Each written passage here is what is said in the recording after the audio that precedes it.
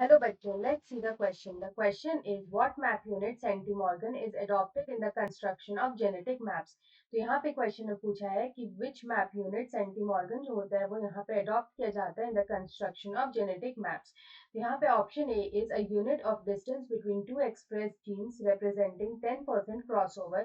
Option B is a unit of distance between two expressed genes representing 100% crossover. Option C is a unit of distance between genes on chromosomes representing 1% crossover, and option D is a unit of distance between genes on chromosomes representing 50% crossover. यहाँ पे अगर हम देखें तो यहाँ पे जो one map unit होता है, the one map unit it represents 1% of crossover. It represents 1% crossover. यहाँ पे जो मैप यूनिट है, the map unit is used to measure genetic distance. It is used to measure genetic distance. यहाँ पे distance between the genes है वो यहाँ पे map unit से हम लोग calculate करते हैं. This genetic distance जो होता है, it is based on average number of crossover frequency. It is based on average number of crossover frequency of crossover frequency.